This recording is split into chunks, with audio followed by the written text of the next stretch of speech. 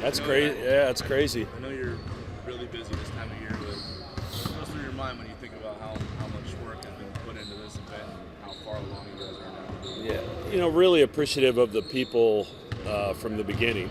We had some community members and obviously the athletic staff 15 years ago that kind of wrapped their arms around this thing and allowed it to take off, and then our fans have turned it into something that I would have never imagined. So it's been fun to watch it grow, and it's really cool that it's kind of become the can't miss game of the year regardless of who we're playing on that day. What would you have thought 15 years ago if I told you this event would raise nearly $1 million? I think you guys are right up against it. Yeah, I mean, I didn't know I'd be alive 15 years later, probably, first of all, but yeah, it's become everything we wanted and more. And it's where the money has gone has changed a little bit with the Hope Lodge opening in Omaha, and it's the money's now impacting people that are going through cancer. And I get emails and notes all the time from families that have benefited from staying at the Hope Lodge. So it's been a great addition to our community, and we've done our part to try to support it the best we can through this event. It's to have not only the Pink-Out game, but the women's game at CHI immediately following that, just a celebration of basketball. Yeah, that's awesome. I mean, it's the first doubleheader that I can recall since I've been here. So, and obviously Flan has his group playing great, and the UConn women's team is great as always. So it'll be a great day of basketball for our fans, and to be able to have the Pink-Outs kind of fall on the same day, which hasn't happened in the past either, is pretty cool. What stands out to you about Seton Hall? Yeah, they want to cause chaos. They offensively with their ability to attack the rim and attack the offensive glass, and then defensively just a lot of different looks. Full court pressure, quarter court pressure, some trapping. They take a lot of chances, and if you can take care of the basketball, you can make them pay for those chances. But oftentimes they get the other team a little bit out of rhythm because of how they play. And Shaheen's had to deal with some injuries and different things with his program this year, but he always has his team ready to play. Were you more impressed with the UConn win or the DePaul? I mean, in different ways, both. To go into that environment at UConn is very difficult to do, and if you lead start to finish, maybe jump out to a big lead and hold on to it, that's one thing. But we had to take like 3 really good shots from them and respond, and we did on each occasion. So that showed some maturity of the group. And then at DePaul, I think defensively it was one of our better games in recent years in terms of following a plan. And sometimes a team with a pick and pop 5 has been our kryptonite. And our ability to kind of handle that when Skogman was in the game, and take a team that relies heavily on the 3-point shot and make sure they don't get a lot of good looks from the line.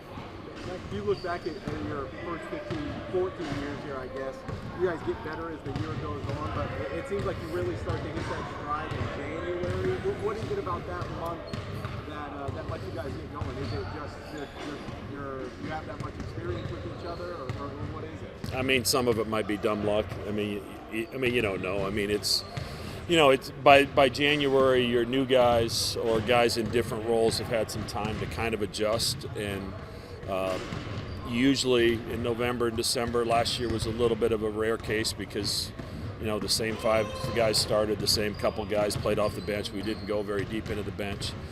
But roles are defined by now, and guys understand, okay, here's when I'm going to go in the game, here's what my responsibilities are, here's what this team needs me to do to win.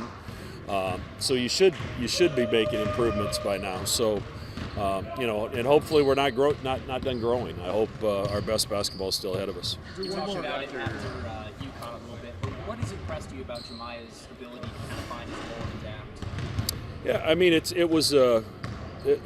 he's had to adjust, not just coming here, but then adjust again when Pop went down, because his role has changed. It's changed defensively, it's changed offensively, and he's embraced what we've asked him to do. And from making good decisions with the basketball and creating things for his teammates, to shooting his efficiency is off the charts compared to the rest of his career, so he's taking the right shots. And then defensively, he's answered the bell as well. So I'm just proud of him all the way through.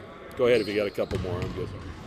You mentioned after Kansas that your buy-in as a group goes to a different level when you notch a win of that caliber. Considering you lost Pop right after that, is the UConn win the one that could get everybody on the same, especially as you look at the Big East title picture now with you guys in view? I think it grows with, any piece of success you have, whether it's winning at home against Villanova or St. John's, understanding that those are really good teams, or going to Butler, a place where we haven't had a lot of success. I think anytime you put together a plan and they execute the plan and they see the fruits of their labor, I think it just helps you for the next time. And they were really locked in against DePaul, and obviously that's a game you look at and it worries you, coming off an emotional win at UConn. But they were mature enough to make sure they were ready, and we're going to have the same approach for Saturday. Just with Jamiya, you talked about his efficiency coming in when he first transferred here. What does his story just say about the importance of a guy finding the right fit, the right coaching staff for them, and the right system? Yeah, Jamiya had some success at Arizona State. It's just a different style of basketball. So it says a lot more about Jamiya in that, after 3 years of playing a certain way, he was willing to, number one, understand what he was looking for the next stop. And that's a small piece of it. Then it's trying to figure out, all right, how do I do this? And how do I adjust to this guy that's asking me to do things that I haven't been asked to do before? And how do I know it's going to help me? So, once he's tasted success, I think it's allowed him to even buy in more. And his connection with his teammates, it's been incredible to see for a guy that hasn't been here a long time. There's 8 or 9 of them sitting up at night playing cards on the road, and that's part of it that our fans don't get to see, which is an important part of why this team is connected and has been successful. Oscar nominations came out this morning. You think I know anything about that? What is your favorite movie? Holy smokes. You just can't get out of your own way, can you? Favorite movie? Shawshank Redemption. How about that? Thanks, Mac.